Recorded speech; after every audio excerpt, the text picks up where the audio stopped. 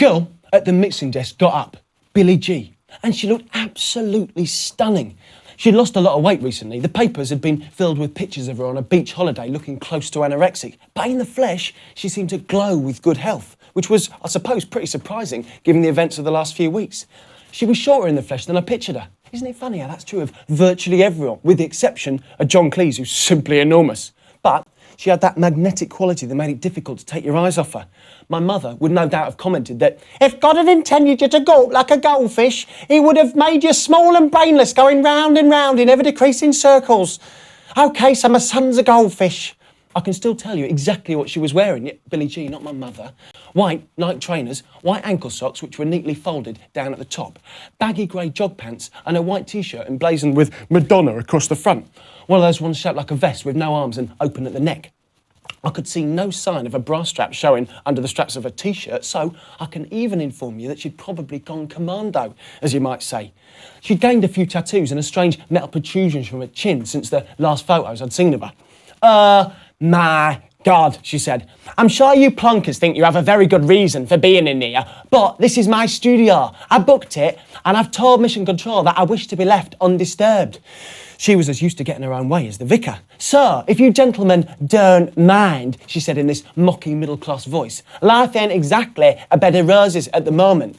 She turned back to the mixing desk, assuming that this broadside would have been sufficient to drive us from the room.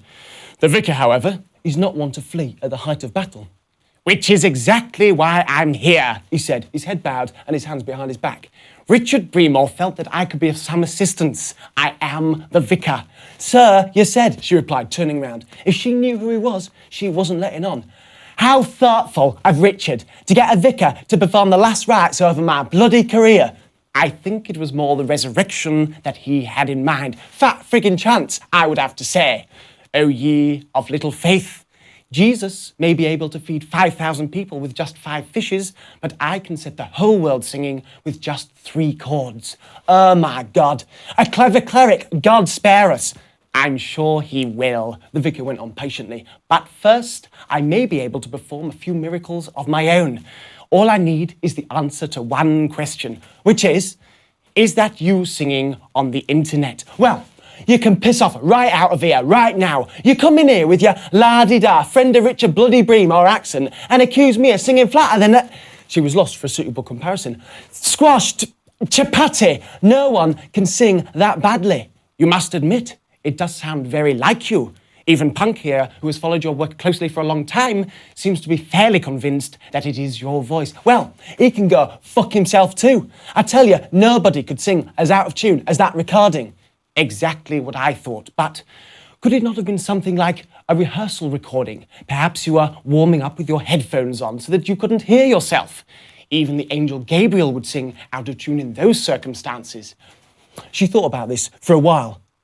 No, it's completely im-fucking-possible. Nothing I've ever done has ever been as hideously atonal as that recording on the internet. She stared at the vicar defiantly. It must be an impersonator. So, you have your answer. Now, will you please kindly leave? But the tone, the inflection, everything is yours, the vicar continued, standing his ground. Are you calling me a fucking liar? Are you saying that it's me on that recording and that I sang out of tune? She was close to losing her pretty legendary temper. Now, her first meeting with Emma B in Scamp's Bar in Manchester had apparently occurred because she thought that Emma had spilled a drink on her as she'd walked past. So she thumped her. They were both thrown out and they'd got to know each other standing outside in the rain.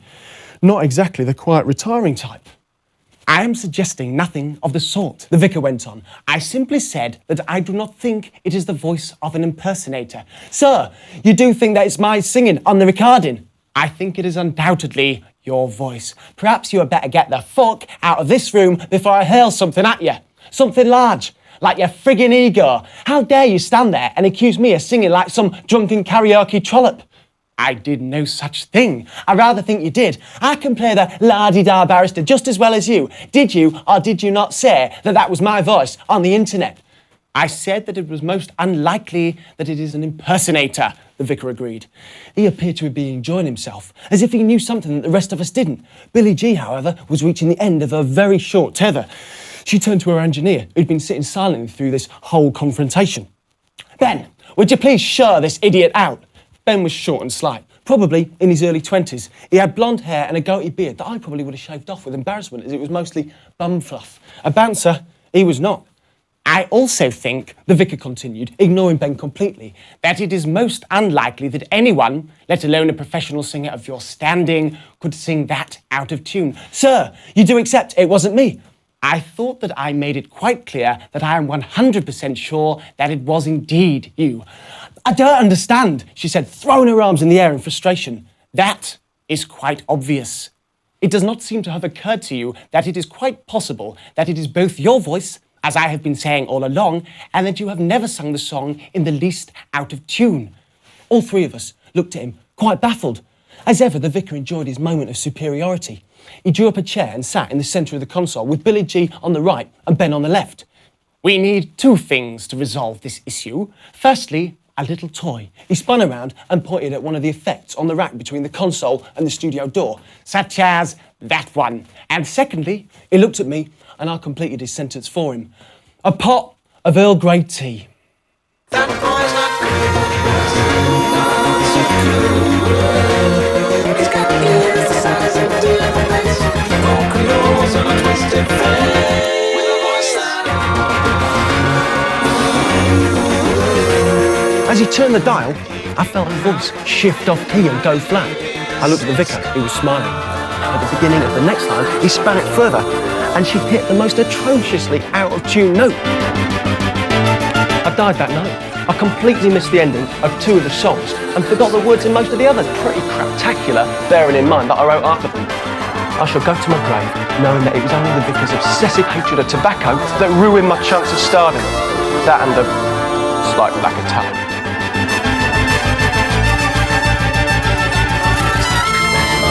Good.